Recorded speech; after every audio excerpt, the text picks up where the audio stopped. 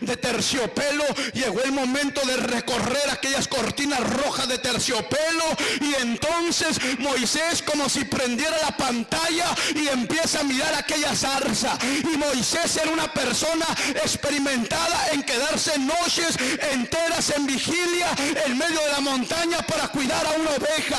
Moisés era una persona que estaba dispuesto, hermano, a defender a aquella oveja como diera lugar. Mas sin embargo, de repente, hermano, algo empieza a suceder y aquella zarza empieza a arder. Cuando empieza a arder la zarza, aquel hombre dijo: no puede ser. Yo estoy pensando en algo natural. No puede ser. Yo no me relaciono con esto que está sucediendo. ¿Qué estará pasando? ¿Por qué aquella zarza se está quemando? ¿Por qué hay fuego en ese lugar? Hay gente que no entiende el fuego del Espíritu Santo, hermano.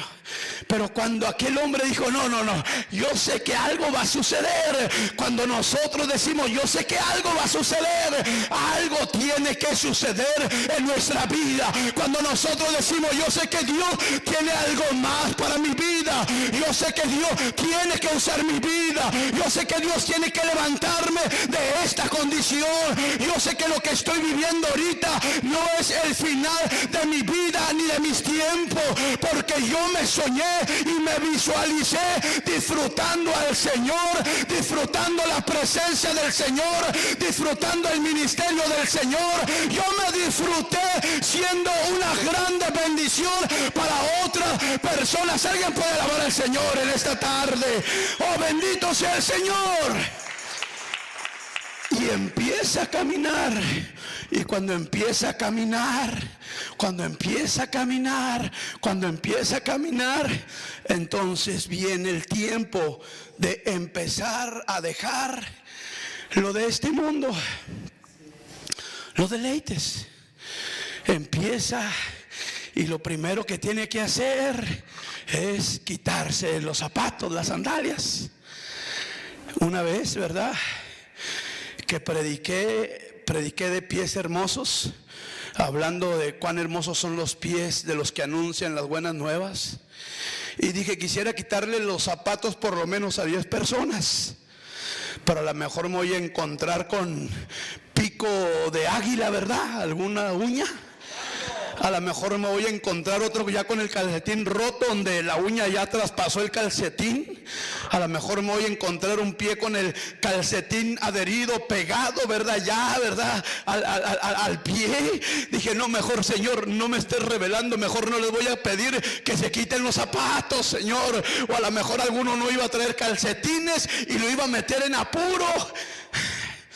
Pero yo recuerdo cuando estaba en Tijuana, que fuimos mi esposa y yo a predicar a una convención. Me invitaron a una pequeña iglesia, hermano, de madera con cartón y cobijas, aquel lugar. Cuando nos invitaron en aquel domingo a predicar en la colonia El Niño, donde estaban los repatriados, los refugiados por el huracán El Niño de aquel tiempo que vino y devastó allá en Tijuana. Cuando llegamos a ese lugar, nos llevaron en una guayín, era el taxi, la guayín, nos subieron atrás y ahí vamos. Yo me llevé mi trajecito de una manera formal para ir a predicar el evangelio. Pero cuando entramos a ese lugar, que era un lugar parecido como Haití, niños pidiendo dinero, niños descalzos, gente, verdad, de toda. Entonces cuando íbamos entrando, haga de cuenta que íbamos entrando a otro mundo, a ese lugar. Pero cuando llegamos a la iglesia, hermano, la iglesia estaba como en una lomita, y afuera de la iglesia había un montón de gente todavía asomándose por las aperturas que había de cartón y de madera, y los pedazos de cobija hacia adentro. Caramba, algo está pasando. Y cuando entramos a ese lugar, amado, lo primero que me impresionó fue la presencia sobrenatural del Espíritu Santo que estaba en ese lugar. Cuando entramos a ese lugar, de una manera así, hermano, me empecé a quitar la corbata. ¿Por qué, hermano? Porque ahí estaba el Señor, hermano, en ese lugar. Y de repente, cuando estamos ahí, hermano, que empieza empieza la presencia a envolvernos a nosotros, empieza a hacerse un nudo en la garganta, de esas que el pastor no tiene que sacar la pistola y decirte, levante las manos, hermano, deje de estar mascando chicle, hermano, olvídese de contestar el teléfono, hermano, ponga atención a la predicación. De esas veces que el predicador o el pastor no tiene que usar la pistola para que puedas entrar en razón, como en donde prediqué anoche. Y cuando llega la presencia y nos envuelve a nosotros también, y luego volteo hacia un lado del altar, un altar con pedazos de madera ahí, hermanos, pero había varios niños llorando en serio, rogando al Señor por su familia, rogando al Señor por sus papás, rogando al Señor por las almas. Cuando yo empecé a mirar aquello, de repente, hermano, cuando siento una voz que me dice, quita el calzado de tus pies, porque el lugar que pisas santo es. Y yo volteo para todos lados, pero a la verdad, decía Pablo, oía la voz pero no miraba a nadie, y venía otra vez, quita el calzado de tus pies, porque el lugar que pisas santo es. Y a la verdad oía la voz pero no miraba a nadie, hermano, y me dio vergüenza quitarme los zapatos, hermano, y subirme allá al altar descalzo para empezar a predicar. Pero cuando el pastor me da el lugar, hermano, que suba a ese lugar, de esas veces que dicen, no, ya no hay nada que hacer, el Espíritu Santo ya hizo lo que tenía que hacer. Hermano, todavía prediqué como 35 minutos, hermano, la gente estaba quebrantada, la gente llorando, el Espíritu Santo moviéndose de una manera maravillosa, hermano. Yo, hermano, como que cayó un temor reverente del Señor, y me asusté y le hablé al pastor, le entregué el lugar al pastor y caí de rodillas, yo también, amado. Pero cuando nos fuimos de ahí, todavía el pastor siguió hablando en lenguas, alabando al Señor, un culto como de 4 horas. Y no iba el hermano ese incómodo que se para y se sienta y se va al baño y se devuelve, ay, a ver hasta cuándo acaba el pastor o el predicador. Ese día no fue la hermana Borlotes al culto, hermana. Todos, hermanos, bajo la poderosa mano del Señor ahí en esa iglesita de madera, pero algo más grande que aquella iglesia estaba esa tarde en ese lugar. Era el Espíritu Santo del Dios viviente al cual servimos y del cual somos. Alguien puede alabar al Señor en este día. Bendito sea el Señor. O sea, ellos, amados, a lo mejor no tenían un buen local, pero tenían algo mejor que un buen local. Aleluya. Cuando nos fuimos de ahí, nos venimos bien bendecidos, pero yo albergaba una tristeza en mi corazón. Yo albergaba en mi corazón una culpabilidad como de desobediencia, porque decía, ¿por qué no me quité los zapatos? Y el Señor oía claro que me decía, quita el calzado de tus pies, porque el lugar que pisas santo es. Y sabe, en ocasiones cuidamos más nuestra identidad, en ocasiones cuidamos más cómo nos vemos, ¿verdad? Y luego nos paramos en el espejo y este será mi perfil o será este, ¿cómo me voy a tomar la foto? ¿Cómo me voy a parar ahora? ¿Cómo voy a saludar a la gente de este lado o de acá, de este otro lado? O sea, hermano, en ocasiones cuidamos más nuestro perfil, cómo nos vemos, hermano, que cuidar que la presencia del Señor esté sobre nuestra vida y que no se aparte del Señor ni a derecha ni a izquierda, cuando lo más principal que debemos de cuidar es que el Señor no se aparte de nuestra vida, cuando lo más importante que debemos de cuidar es la salvación, porque si nosotros, amados, descuidamos esta salvación tan grande, ¿cómo escaparemos pues? Aleluya, aleluya. Y albergaba ese sentido de culpabilidad en mi vida, ¿verdad? Y un día me invitaron a predicar a otro lugar, y ahí me llevan en una ven con mi saco, ¿verdad? Y mi corbata de Fashion Mall de las segundas. Y cuando vamos en camino, una hermanita hermano, donde quiera está el Señor. Y yo, sí, hermana, donde quiera está el Señor. Y ahí vamos, y hermano, en donde quiera está el Señor. Sí, hermana, en donde quiera está el Señor. Y llegó el momento que dije, bueno, pues, ¿por qué, hermana, verdad? Me está diciendo, dice que, hermano, ¿donde quiera está el Señor? ¿Donde quiera está el Señor? ¿Donde quiera está el Señor? Y yo, sí, hermana, sí, hermana, sí, hermana. Y cuando nos bajamos de la ven, me dice, hermano, donde quiera está el Señor. Sí, hermana, donde quiera está el Señor. Yo era el predicador, ¿verdad? Y me decía, a ver, hermana, deme un estudio teológico aquí rápido. ¿Qué le está diciendo el Señor que me diga o qué? No, yo era el predicador. Tenía que comportarme, ¿verdad? Como que era el predicador. Y cuando vamos caminando ya por terracería y pasamos por un cuartito de adobe, hermano, ahí en medio del polvo de Tlahuayork, y solamente veo que avientan una cobija para arriba, hermano, y me dice, hermano, aquí en la iglesia. Y damos media vuelta, 2 pasos, y luego damos otra media vuelta y para adentro. La iglesita medía como 4 por 6 más o menos, hermano. Era piso de tierra, no había ventanas, no había puertas. La puerta era una cobija de esas de cuadros que estaba ahí. Las banquitas, hermano, apenas cabían 2 personas, pero ya sabe, a la mitad tú y la mitad yo, ¿verdad? O sea, media persona de un lado y media persona del otro.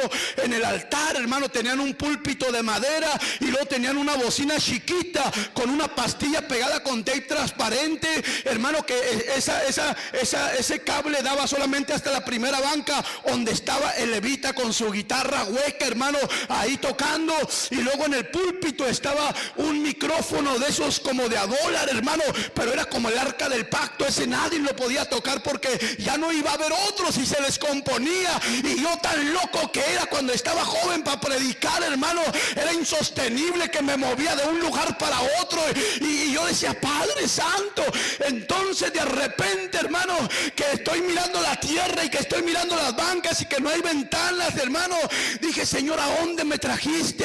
Pero cuando empieza la alabanza, hermano, alguien puede alabar al Señor. Cuando empieza la música, hermano, haga de cuenta como cuando el rey David estaba tocando el arpa. Ahí empezó el ángel del Señor, hermano, a moverse de una manera poderosa en aquel jacalito de adobe con piso de tierra. Y de repente viene aquella voz, quita las sandalias de tus pies porque el lugar que pisas santo es. ¿Sabe dónde prediqué por primera vez descalzo? En Tlahuayork. No, hombre, hermano, lo mismo que sucedió en un lugar, sucedió en el otro. Pero yo me acuerdo que el mismo temor reverente cayó, y también le hablé al pastor. Estaba jovencito, de por sí que está chaparrito, antes estaba más jovencito el pastor, ¿verdad? Y le paso el arca del pacto, ¿verdad? El micrófono de $1 antes que lo descomponga. Le paso el micrófono al pastor y todavía empieza a hablar en lenguas y a adorar, y el hermano a tocar y la gente a adorar. Hermano, yo miraba como una hermana se levantaba y se caía, y luego se levantaba otro. Cuando le entrego el lugar al pastor y sigue el pastor alabando, adorando, y no, hombre, hermano, cuando se acabó después de 4 o 5 horas el culto, imagínense un culto de 4 o 5 horas. Dios los perdone a los hermanos por perder tanto tiempo en la iglesia. Salíamos y yo bien impactado todavía, ¿verdad? Y le decía, hermana, miró que lo que. Y dice, no, hermano, yo estaba en la presencia del Señor. Y me le acercaba otro hermano, miró lo que estaba pasando. No, hermano, yo estaba en la presencia del Señor. Decía, ¿cómo es posible que nada más yo estaba mirando lo que estaba sucediendo? Pues yo creo que era el más distraído, ¿verdad? Como cuando le preguntan a alguien, oye, ¿de qué trató la predicación? No sé, pero como que pintaron muy feo, ¿verdad? Oye, ¿de qué se trató la predicación? No sé, pero como que les faltó barrer, ¿verdad? Oye, ¿de qué se trató la predicación? No sé, pero el pastor se sale y ya debería poner las otras láminas, ¿verdad? Santo, así, hermano, yo lo puedo entender, no se preocupe. Puedo entender a los que tienen hambre porque también la viví, y a los que se tapan con plásticos y cartones porque también me tapé. Así que su pastor le comprende. Entonces, hermano, cuando se acerca Moisés, que hace un esfuerzo y se acerca, hermano, entonces recibe la instrucción divina del Señor sobre su vida. Hermano, usted Por un momento piense como pensaría Moisés. ¿Usted cree que Moisés pensaba de sí mismo que iba a ser usado de una manera tan grande y tan poderosa, hermano, que a través de él se iba a abrir el mar para que todo su rebaño pasara, hermano, por el mar en seco? Usted se imagina a Moisés, hermano, o sea, no estaba mandando mensajes por WhatsApp: ¿saben que el día de mañana nos vamos a reunir porque voy a orar y van a caer piojos del cielo? ¿Saben quiénes hubieran ido primero a la iglesia? Los piojosos, para reírse de los que antes no tenían piojos, pero que ahora iban a tener. Dijo un hermano que les echen una botella de alcohol y un puño de piedra, ¿verdad?, para que se agarren los piojos a pedradones. O sea, Moisés no publicó en WhatsApp o en Facebook: ¿sabe que vengan mañana porque voy a orar y van a venir un montón de avispas sobre toda la tierra? No, o sea, a lo mejor él no se imaginaba cómo Dios iba a usar su vida, pero ¿sabe que Dios lo tenía a él en un plan perfecto, hermano, en lo que el Señor lo iba a usar? Entonces, lo único que hizo Moisés fue estar, hermano, en un estado de obediencia, recibiendo la instrucción divina de parte del Señor. Y ahí, cuando nosotros estamos en ese estado de obediencia, en ocasiones va a haber gente que nos va a decir: oye, no sean menso, pero ¿por qué haces esto? Oye, no sean mensa, ¿a poco eres bien barbero con el pastor? No, ¿sabe qué? Lo mismo dijeron de Eliseo. Recuerde a los hombres de Dios, lo mismo dijeron de Eliseo cuando se burlaban y le decían: sube, calvo, sube. Pero aquel hombre tenía algo poderoso que la gente no entendía y que no sabía, que cuando él oró, hermano, de la nada salieron osos que cobraron materia, o sea, se hicieron reales y mataron a aquellos jóvenes. ¿Por qué, hermano? Porque era un hombre de Dios que vivía en un estado de obediencia, hermano. En veces usted cree que obedecer es fácil. No es fácil, pero la obediencia trae bendición. La obediencia trae bendición. Esta semana que hablé con mi pastor y le estaba platicando y lo miraba cómo se gozaba, y le decía lo que el Señor estaba haciendo y lo oía cómo se gozaba, y decía: Chihuahua, ya tengo ganas de ir para allá. Se enfermó también hace como unos 20 días y estuve orando por él por el teléfono: Padre, yo te pido por la vida de mi pastor, Señor, lo cubro con tu sangre. Dije: esta es la oportunidad, ¿verdad?, de sacar, hermano, del tesoro de los cielos. Y empecé a orar. Oiga, qué grande bendición, ¿sí o no? No sé si usted lo ha experimentado, pero orar por su pastor, hermano, es una grande bendición. Mire, como por ejemplo, a mí me gustaría tener mi mamá para comerme una torta de jamón, ¿verdad?, con ella, y comprarle una nieve y sacarla a dar una vuelta, pero no la tengo. Y cuando miro a otro que tiene a su mamá, como al hermano Shui, ¿verdad?, siempre lo pongo de ejemplo de mi hermano Shui, y a su mamá está en las redes, hermano, recitando. ¿Cómo se llama ese que recita en las redes? ¿Cuál? Sí, pero el tema que está recitando en las redes. Recita como 3, 4. Padre santo, 98 años y todavía está recitando a través de las redes. Ya está en las redes la hermana. Lo que no hizo de joven lo está haciendo de grande, ¿verdad? Gloria a Dios. Pero cuando miro a alguien con su mamá, digo: qué suave se ha de sentir, ¿verdad?, tener a su mamá. Así muchos que no tienen pastor y que tienen un espíritu de orfandad, no, hermano, anhelan tener esa grande bendición en su corazón de decir: tengo un padre espiritual por el que puedo orar. Entonces miramos, hermano, que cuando el Señor le abre los ojos a Moisés, y Moisés se empieza a mirar con una multitud de miles y de millones de personas caminando rumbo a ¿dónde? Rumbo a la libertad. Diga conmigo: rumbo a la libertad. Cuando le hablamos a la gente nosotros del evangelio, hermano, o que le decimos que deje el pecado, que deje la payasada, que deje, ¿verdad?, los juegos rudos, que deje ciertas cosas que ya no están o deben de estar dentro de la iglesia o dentro de los caminos, que eso lo único que le va a hacer es que le va a detener, no le va a dejar avanzar, le va a tener un ancla, que madure en su carácter para servir al Señor. En vez de la gente: ay, no, pastor, es que usted es bien religioso, pues sí, yo no voy a cambiar de la noche a la mañana. Pero sabe, lo que nosotros queremos es que ellos puedan ser los vasos que el Señor desea que ellos sean. O sea, las columnas sobre las cuales, hermano, se pueda descansar la obra del Señor sobre sus vidas. Vamos ahí a Jeremías, hermano. Vamos a Jeremías 33. Y no es el declama a mí que yo te responderé. Yo sé que ya se lo sabe de memoria. Jeremías 33, 19. Mire qué palabra tan poderosa hay para nosotros ahí. Hermano, haga de cuenta que el Señor nos habla a nosotros y dice, bueno, si tú crees que puedes quebrar el día, que no dure las horas que yo he determinado que dure. Si tú crees que puedes quebrar el día, que no dure las horas que yo he determinado que yo dure. O si tú puedes hacer quebrar la noche, que no dure las horas que yo he determinado que dure, entonces podrás quitar de ti, los planes que yo tengo para tu vida. Hermano, ¿usted podrá ordenarle al día que no dure las horas que Dios determinó que dure? Claro que no.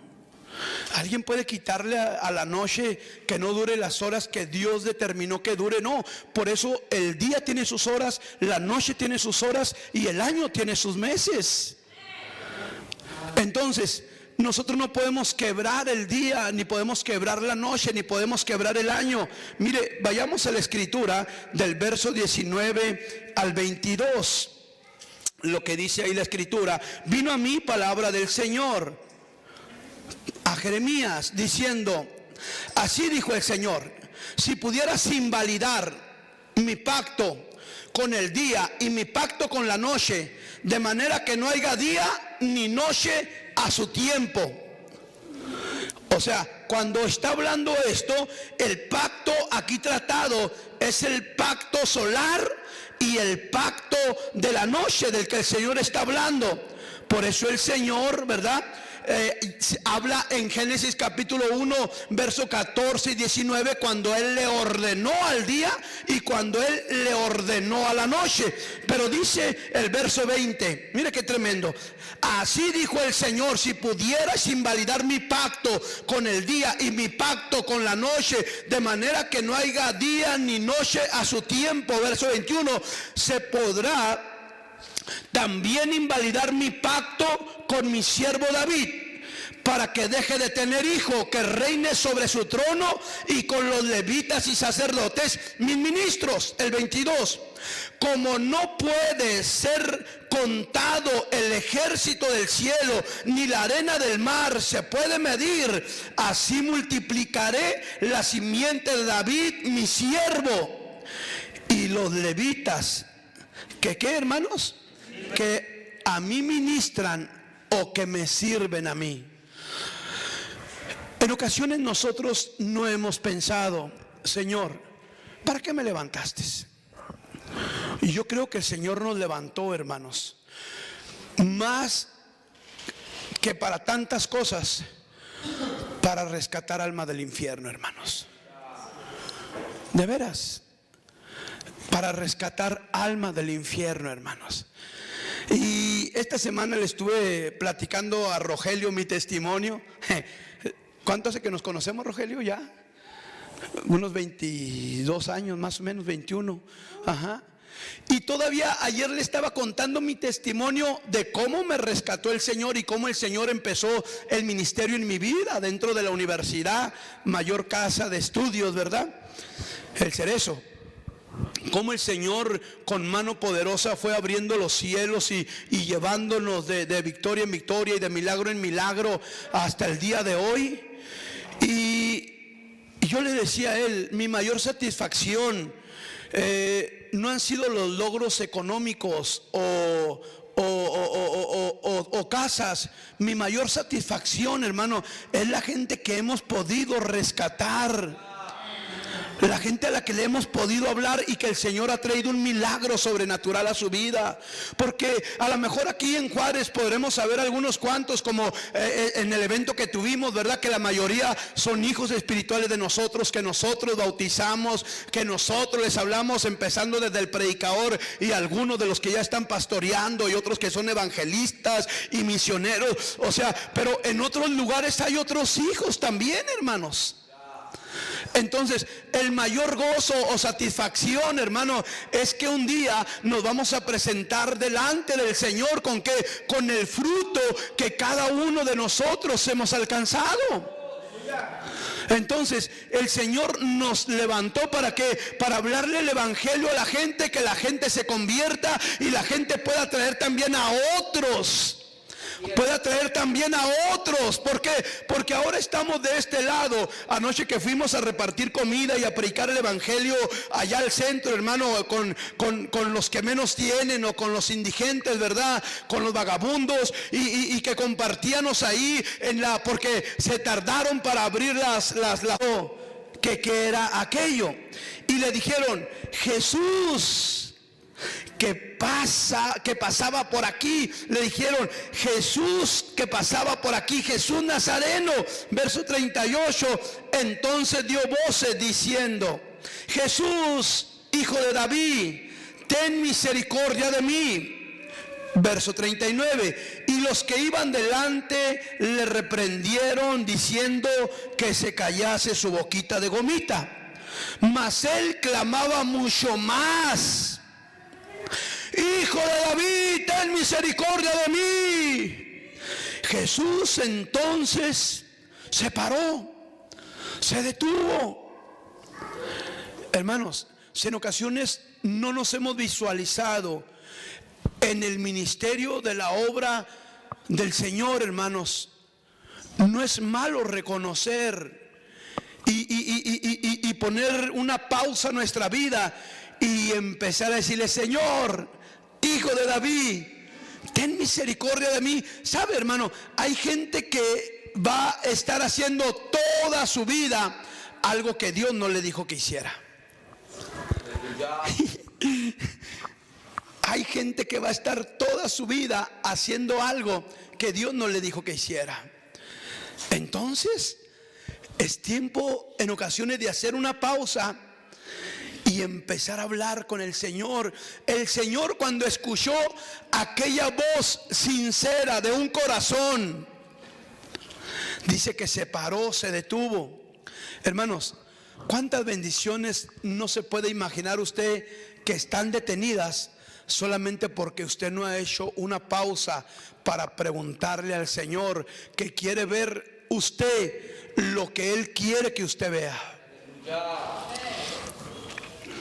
Entonces dice: mandó traerle. Así, y cuando él vino le preguntó diciendo: ¿qué quieres que te haga? Imagínese, no tenía a la vista. Como si hubiera visto, si le hubiera dicho: Señor, pues un Hammer me caería bien, ¿ah? Un buen carrazo, Señor. O un Stacy Adams, ¿verdad? Para verme cuando vaya caminando por la oscuridad con mi lamparita, para que me miren acá con mis Stacy Adams caminando, y mi saquito de rayitas azul con blanco, Señor. No, este hombre entendió que lo que él necesitaba, hermano, era visión. Era visión. Lo que este hombre necesitaba era visión, era ver, hermanos.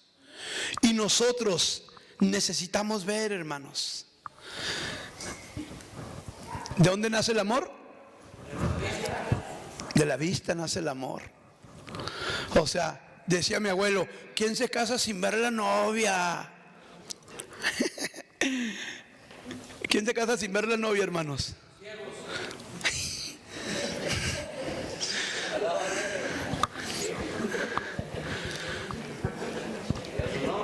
Se cree que cuando una persona no ve, se le desarrolla más el sentido del oído, hermanos.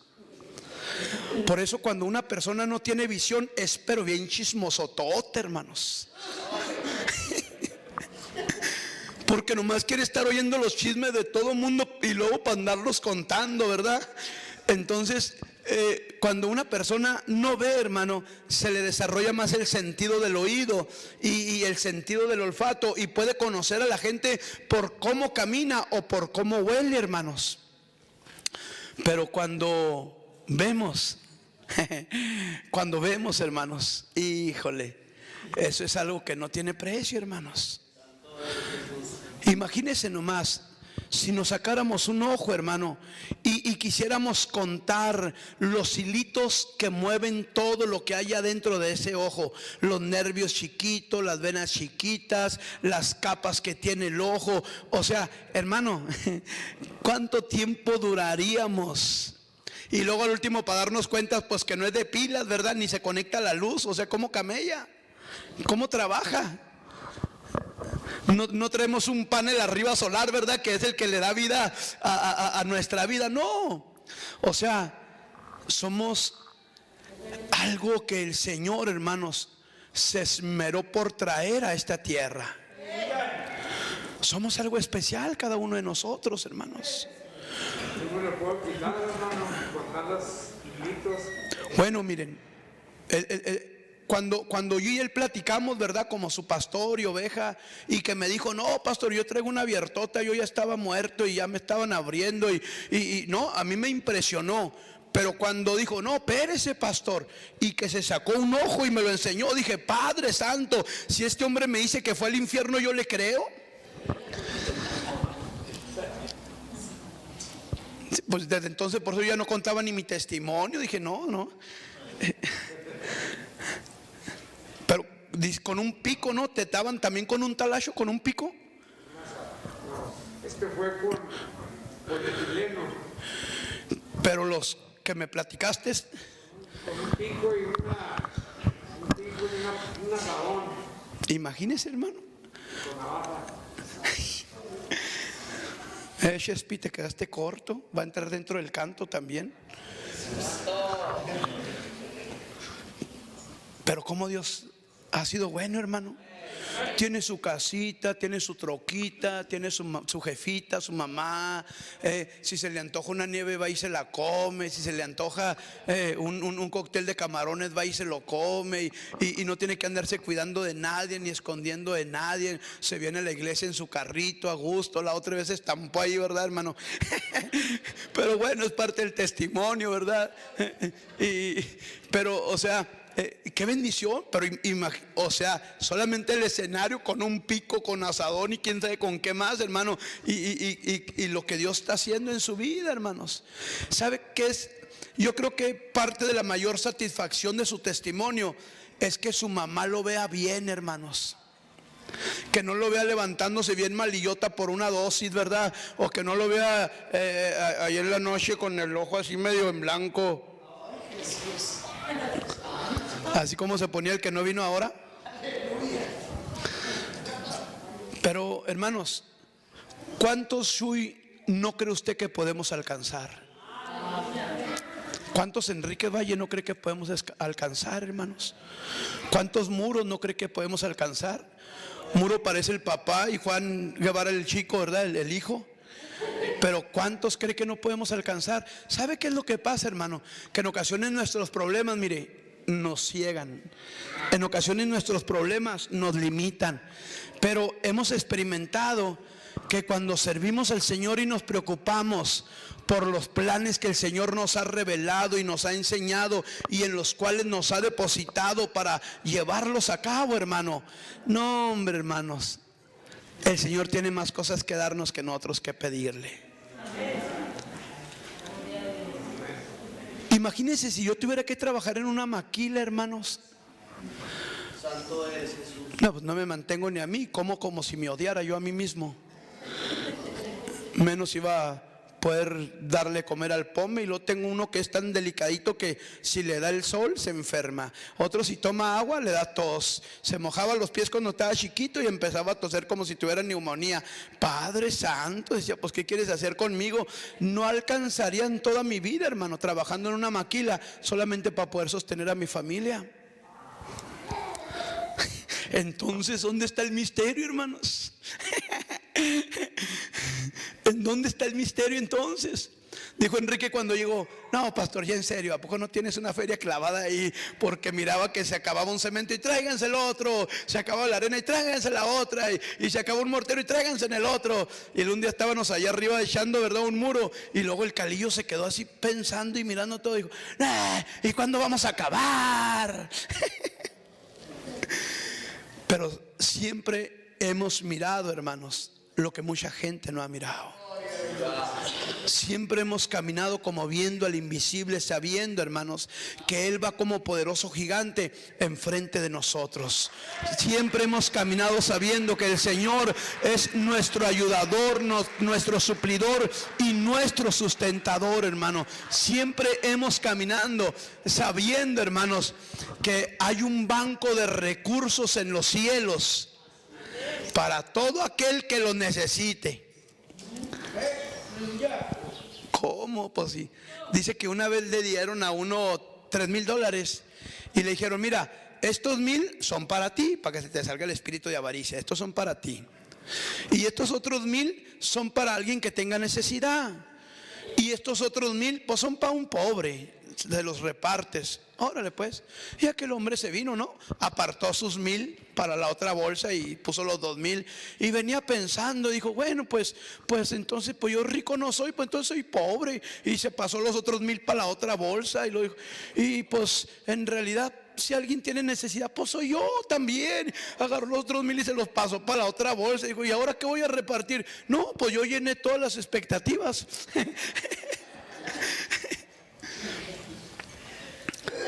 Así el Señor, hermanos, nos da a cada uno de nosotros, pero no visualizamos para qué nos los da. ¿Qué quiere que hagamos con lo que Él nos da?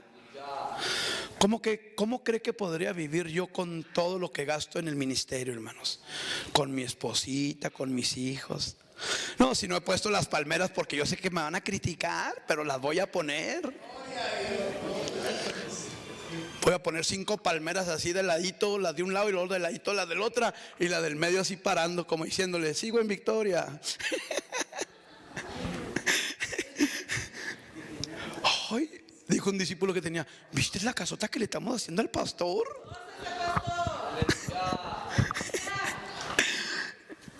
Yo pensaba tirar la barda, pero dijo mi esposa: no, mejor levántala más para que no sea de tropiezo para los hermanos. No para los de aquí, para los que pasan ahí por en el camión, porque me pastor, iba en el camión y miré que estaba barriendo la calle. Ah, sí, soy el jardinero de ahí de la esquina. Hermanos, sueñe, hermanos, véase hablándole a alguien de Jesús. Visualícese orando por un enfermo y que ese enfermo sana, hermanos. Ustedes que están en el home, no pierdan su tiempo, no pierdan su tiempo. Ustedes están con un propósito en ese lugar.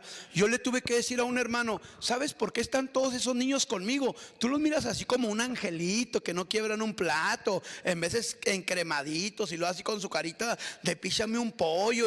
No, estos niños están aquí porque no le hacen caso a su mamá en su casa. Si querían se metían, y si no querían nada, no se metían. Estos niños golpeaban a su mamá en su casa y quebraban lo que les daba su gana. Estos niños están aquí porque necesitaban a un pastor como yo. Es que no empiecen con: ay, qué duro es el hermano en el centro de rehabilitación. No, pues si eras tremendote también.